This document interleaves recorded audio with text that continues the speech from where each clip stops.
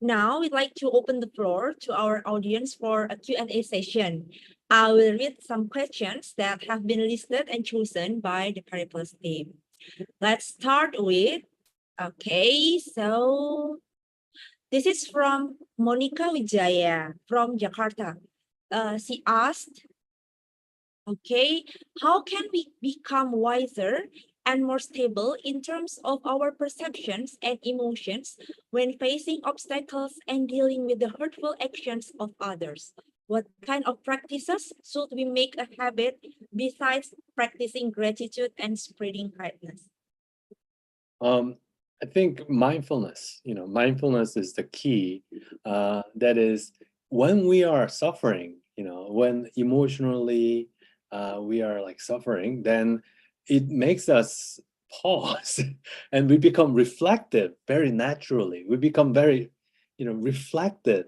When we are just, happy, we don't, pause and become reflective, we just enjoy whatever that is, happy thing is happening. But when things gets really tough and you are really stressed or angry or frustrated, then it makes you pause and then become reflective. Oh, what's happening? What's happening? Oh, what's happening? This very act of, what's happening, you try to become mindful, of the situations. So, what is mindfulness? Mindfulness is non-judgmental witnessing, so to speak. You're witnessing your own thoughts or your own emotion without judgments, without identifications.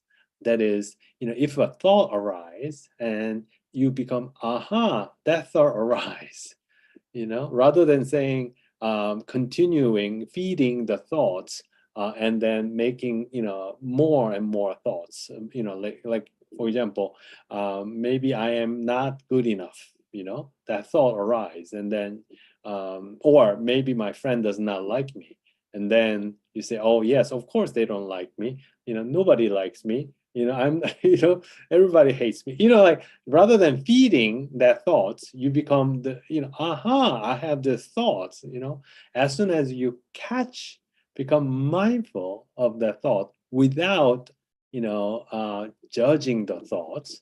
That is, oh, like, it's terrible that I have thought, this kind of judgment, I must be really awful, that kind of judgment. No judgment, okay?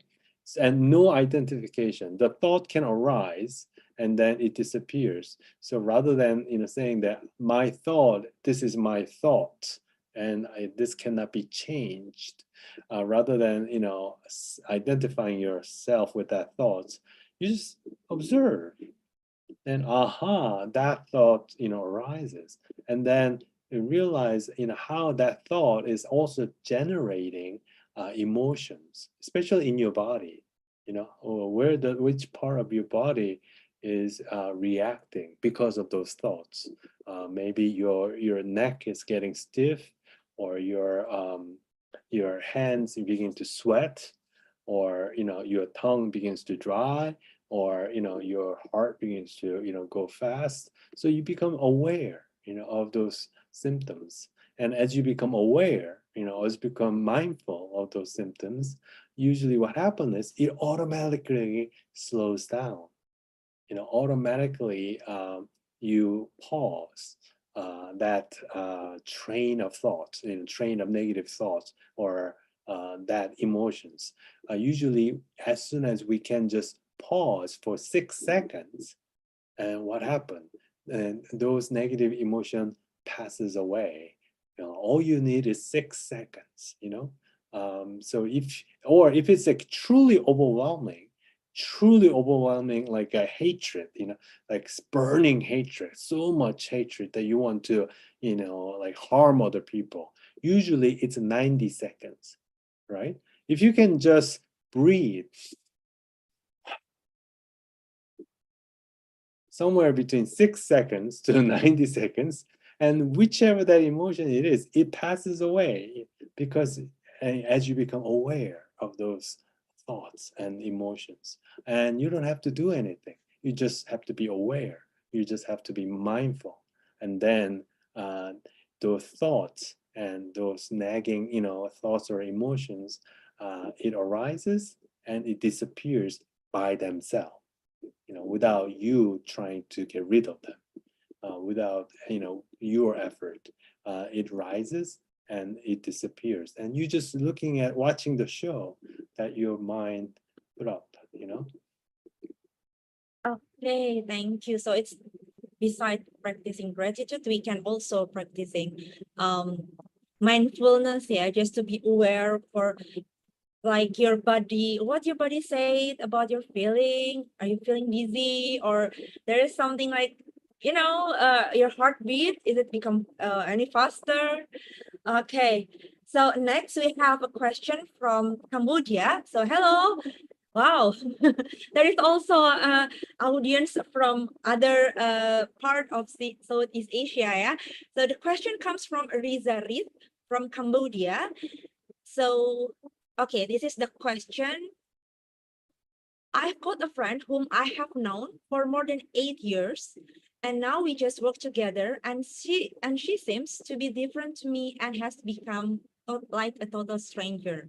I feel down and I'm very shocked because I didn't do anything wrong.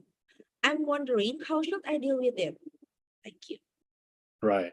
I mean, that can be very stressful, especially you don't know what's happening. And but much like everything else in this life, friendship also evolve, like so like I say I think I mentioned in my book, I feel like I change my best friend every 7 to 10 years. Every 7 to 10 years, I feel like I have a new best friend, So it is not because, there's something wrong with my old friend, just that person's, have different situations. Maybe this person has married, or they have a child, or they move to different locations, or they are, in a different situation, family dynamics, or something that we don't know, we cannot control, and therefore we naturally drift apart, right? So this is very, normal, like a changing dynamic of our friendships, because that person is also evolving, developing, and changing their life situation, and I also developing and evolving, and we are different person in 5 or 10 years later. We are doing maybe different job or something, and so don't be so hurt because you used to be really close and now it's not as close, and instead think about new friends you gain. Maybe when the Allah or Buddha, one door is closed and another door opens, so usually what happens is maybe you lost the friendship, but you ended up actually gaining new friend. So you can be appreciative, of your new friend. And then if the person, for some reason is, you have to continue to see them at work and they are behaving in a different way, then maybe if you are suspecting that they might feel something, because of what I said or how I behave, and they might have disappointed or become angry. It's just that they were not able to express to me, and so they become very passive aggressive. That is, rather than telling them, I was disappointed in your words, that person becomes like give you a silent, treatment, right? They stop talking to you or doesn't respond in a positive way like the way you used to, then maybe you can just write a very kind letter, if you will, if you want. That is, we've been really good friends, and I really, reminiscing about all the wonderful things that we did together. And at the same time, I noticed that things are not the same? Is it just my imaginations, or it is something that I've done to cause you to feel in this way? If that is the case, can we actually talk about this? So you can ask what's really happening by writing a letter, because if you just talk to them just directly, maybe the response might not be as favorable. They might become very defensive. So just be very write a very kind letter asking what's happening between us. And if that person continue to ignore that, then that's his problem. That's that person's problem. You did everything you could, basically, right? So yeah. Okay, so in modern days, there is a terminology for that kind of question, yeah, from Riza Riz. It's called friendship broke up. So when suddenly you just part away, drift apart, and you don't know what happened between you two, you just feels like, okay, what happened with my best friend? Why she or he doesn't text me anymore, doesn't call me anymore? So yeah, from what you have said, Mr. Sunim, sometimes when we have tried to approach them with kindness, ask them directly, and perhaps write a letter, yeah, but he or she just don't care, so it's not our problem. Okay, next we have question from Widya Amarupita from Bandung. Based on chapter 5 narratives from your latest book, I recognize that my two me's inside of me I recognize that my two me's inside of a me scale is heavier on the me of other side of my entire life. I've reached my 30s now and always feel anxious and indecisive at the most moments.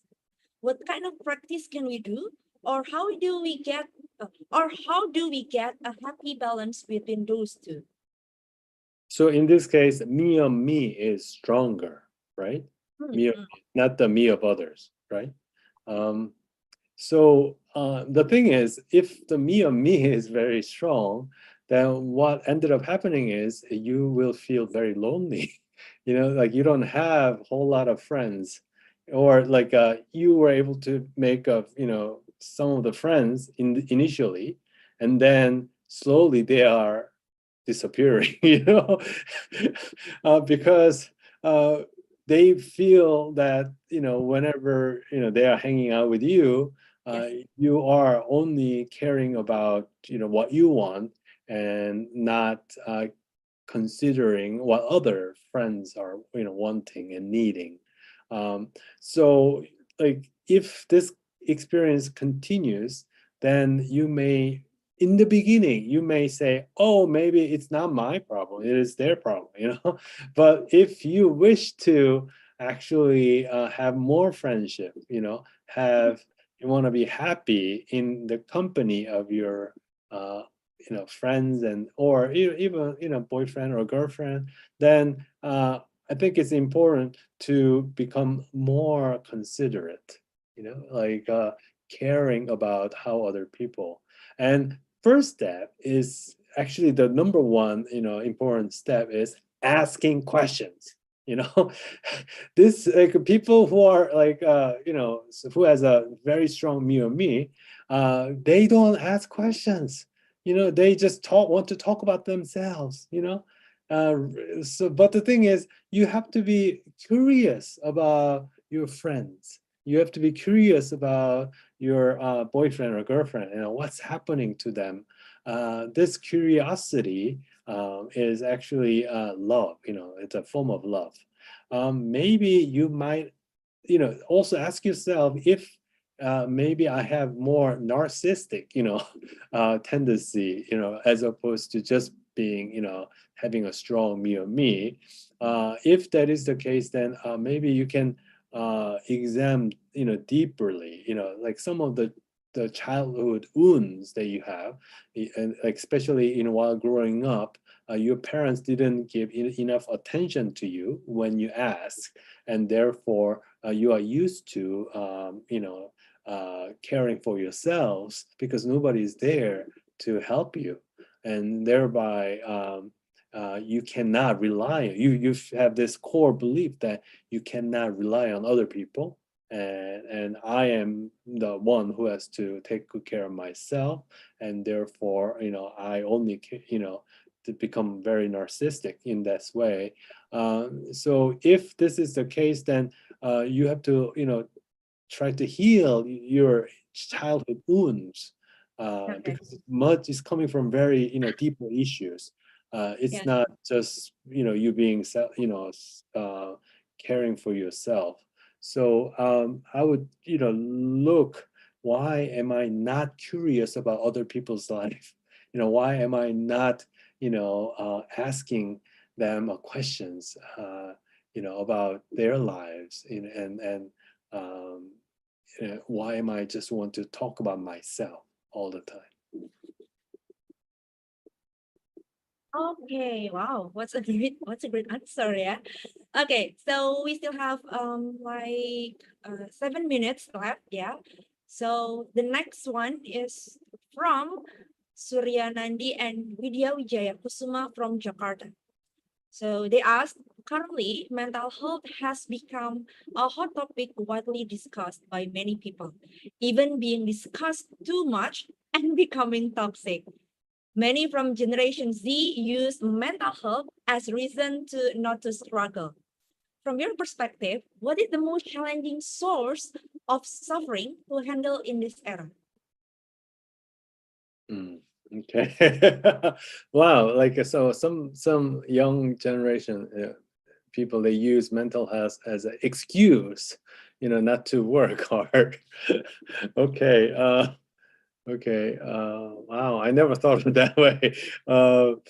Yes.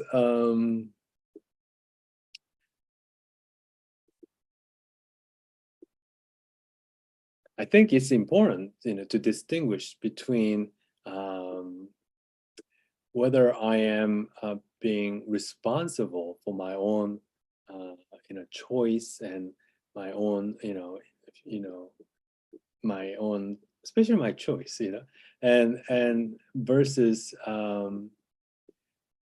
I feel like a victim, and I don't want to, do anything, and the world has to change, for me, for these people, they don't want to take any responsibility, and because they don't want to take any responsibility, they expect others to change for them, right? They want company to change the policy for them, they want other coworkers to change their working, behavior to suit their own particular needs.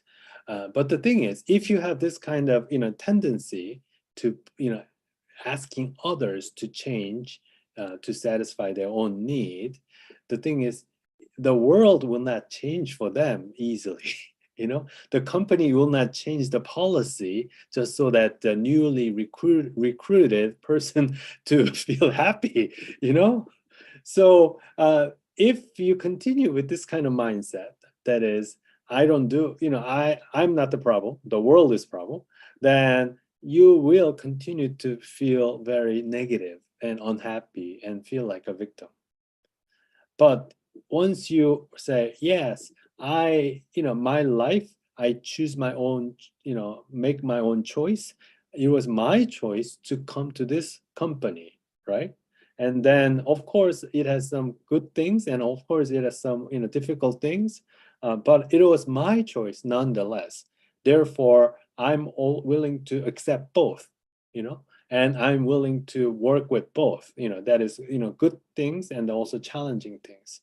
And then because I made that decisions, I am not the victim. I can do things. I can change it. At worst situation, if I really don't like it, I will choose to quit. From this job, and because I have to be responsible for my own life, and rather than waiting other people to make things, perfect for me, I decide, what to do. And that also includes I'm willing to work. I am becoming responsible for my own actions, my own choice. And this choice always comes with, both good and, challenging side. It is inevitable. We cannot just have all the good things.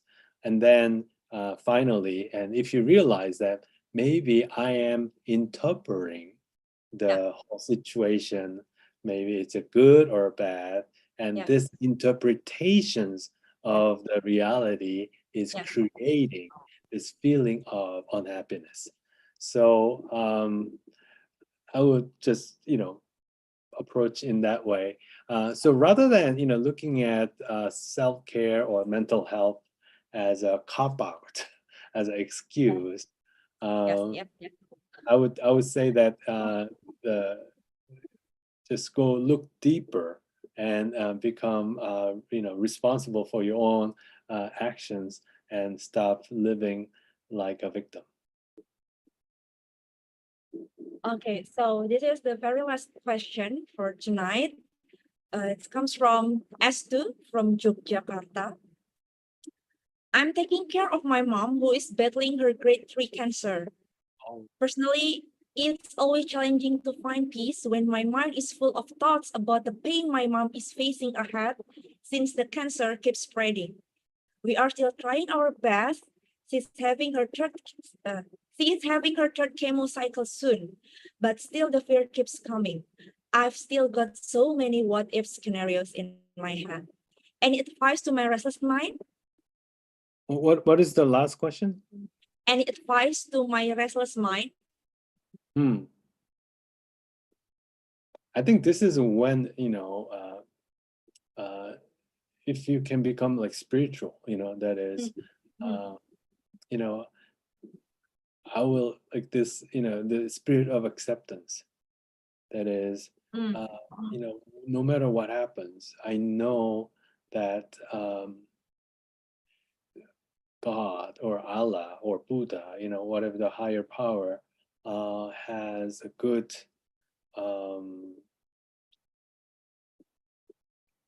no matter what happens, my mom will be okay. Yeah, because I believe that we as a human being, at some point we will, have illness and will die. It's, inevitable.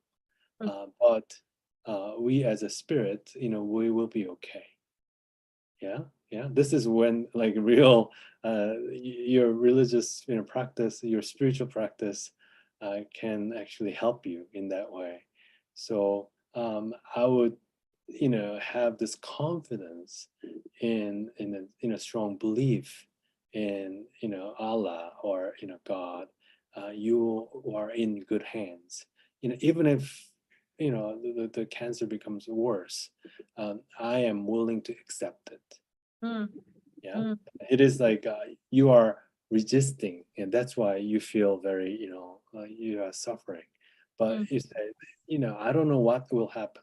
Maybe my mom will recover completely, or maybe it will get worse and worse. No matter what happens, I trust Allah, and I know that Allah will take care of my mother. You know what I mean? And from that, the deep faith, and there's unshakable, trust, and that can help you to sustain in this very difficult time. And also at the same time, if you are taking care of your mother, you also ask if you have a siblings, if they can take turn so that you have some resting time, right? Like, it's very important that you take good care of yourselves while taking care of your mother, because oftentimes I saw, some cases where after your mom passes away, or any like your parents pass away, then you ended up start developing illness because you didn't take good care of yourself while taking care of other people.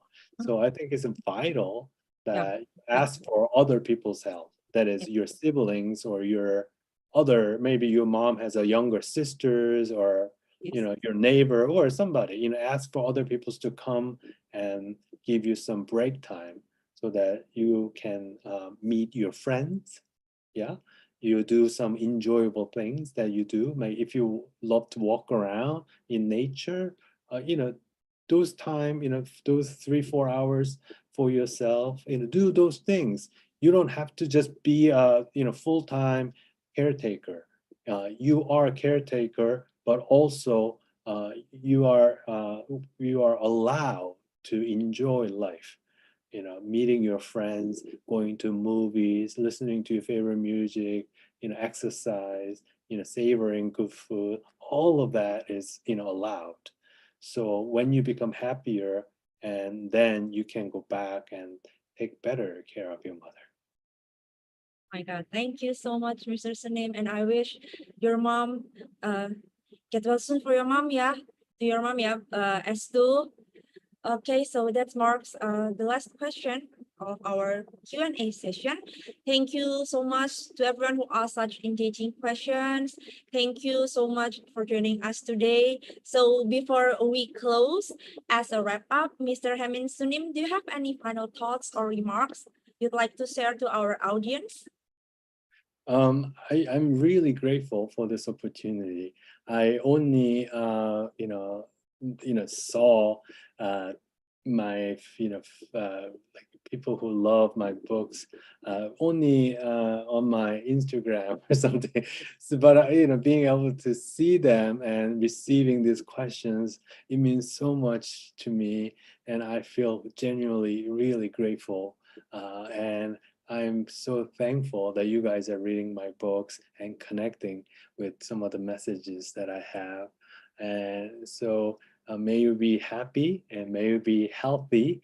May you be always protected wherever you go. Thank you so much, Mr. Haemin Sunim. I wish we can meet up in Indonesia, yeah, sometimes. Yeah, me too. Yeah, I hope somebody invites me. All right. Okay. Okay, thank you. Goodbye, Mr. Sunim. Good evening. Okay, so I will give back our session to our lovely MC, Rebecca. Over to you. All right. Thank you so much, Kahestia. And thank you so much, Mr. Sunim, for inspiring us. May you be healthy as well. And now, after listening to the discussions and to all the questions that are so inspiring and it's so moving, we will announce the 2 best questioners who will receive special gifts from Penguin Random House and Periplus.com. I will invite my friend Batika to also announce who the winner are for the special gifts. All right, for the top 2 winner, yeah, the first one is the one who asked about differentiating between mental health and being a victim. So those are Surya Nandi from Jakarta and Widya Wijaya Kusuma Putri. Woo! Congratulations to you guys. That was such a moving questions. For the winners, thank you so much, Batika, for also helping us to pick who the winners are. For those who won, you guys can get the special gifts through the WhatsApp and email. So make sure that the contact that you've sent us filled in the register is the correct number or the correct email so we can contact you further. Okay, thank you so much. And thank you, Batika, for helping announce this winners. Thank you so much. And now we want to take a second to take a photo together with all the people who can turn on their camera. Please turn on their camera. We would love to take the photo together to commemorate this evening. Okay, the first photo. 1, 2, and 3. The first photo. And then I'll pick the second photo. Wait. Wait. Gallery. Okay, 1, 2, 3. Thank you. All right. Thank you so much, Mas Nugi. Thank you so much, guys, for attending this. Please remember to pick up a copy of Haemin Sunim's latest book, When Things Don't Go Your Way, from Penguin Random House. is available at your nearest Periplus bookstore and on Periplus official online shop at your favorite e-commerce. I hope you guys stay healthy. Thank you once again and have a restful evening, everyone. See you at the next event with Periplus Bookstore. Bye! Bye. Thank you.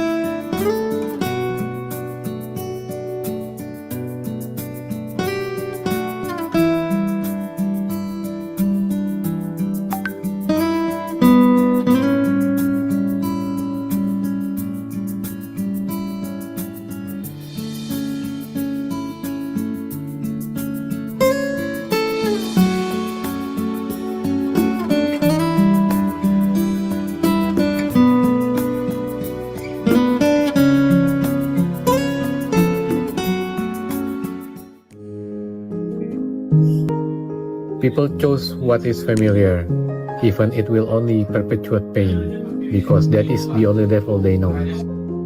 When we allow ourselves a deep rest, our minds grow tranquil as if empty. When we must work, the tranquil mind awakens and gives birth to new thoughts. In the process of getting close to people, you are bound to have some disagreement with them. Rather than running away at the first sign of conflict, talk about the disagreement and try to reconcile the differences. If you do, your relationship will take deeper roots. Halo Pak, sore Pak. Gimana? Bapak kayaknya lagi baca bukunya Haemin Sunim ya? Oh iya, kebetulan karena tadi habis meeting Mas. Spill dikit dong. Menurut saya bagus sekali Mas untuk kita baca di masa sekarang ini di mana kita itu sibuk semua ya. Ini buku ini menjadi semacam oase. Justru ketika baca ini kita jadi benar ya, kehidupan itu harus direfleksikan. Kehidupan itu tidak harus terburu-buru terus. Kita tetap harus berhenti sejenak supaya kita kita bisa menemukan makna dalam apa yang kita lakukan. Itu yang menurut saya ini penting sekali. Di dalam buku ini jelas-jelas itu digali dengan bahasa yang sederhana. Nah, selain itu juga kita menemukan kebahagiaan sejati ya dalam kehidupan ini. Dengan melihat banyak hal yang sudah kita lakukan, hasilnya bagaimana kita menikmati, baik menikmati waktu dan sebagainya ya. Kita di sini saya menemukan juga bagaimana kita memahami cinta sejati. Cinta sejati itu bukan sesuatu yang kemudian datang tiba-tiba, bahwa kita perlu menyadari itu di dalam diri kita juga. Cinta sejati, bagaimana kita mencintai diri kita sendiri, bagaimana kita mencintai hal-hal sederhana yang kita lakukan. Bahkan saya mencintai waktu di mana antara meeting dan meeting lah, saya lupa, tapi kira-kira dia mengatakan gini, when you are stressed, it's best to rest. Menurut saya ini sesuatu yang luar biasa. Kita istirahat itu bukan menghabiskan waktu. Thank you ya Pak, makasih loh. Sama-sama. Untuk spill tipisnya ya. Sama-sama. Sama sore, sampai jumpa Pak ya. Hey book pals, here's my question of the day. What are you currently reading? Here's what I'm currently reading.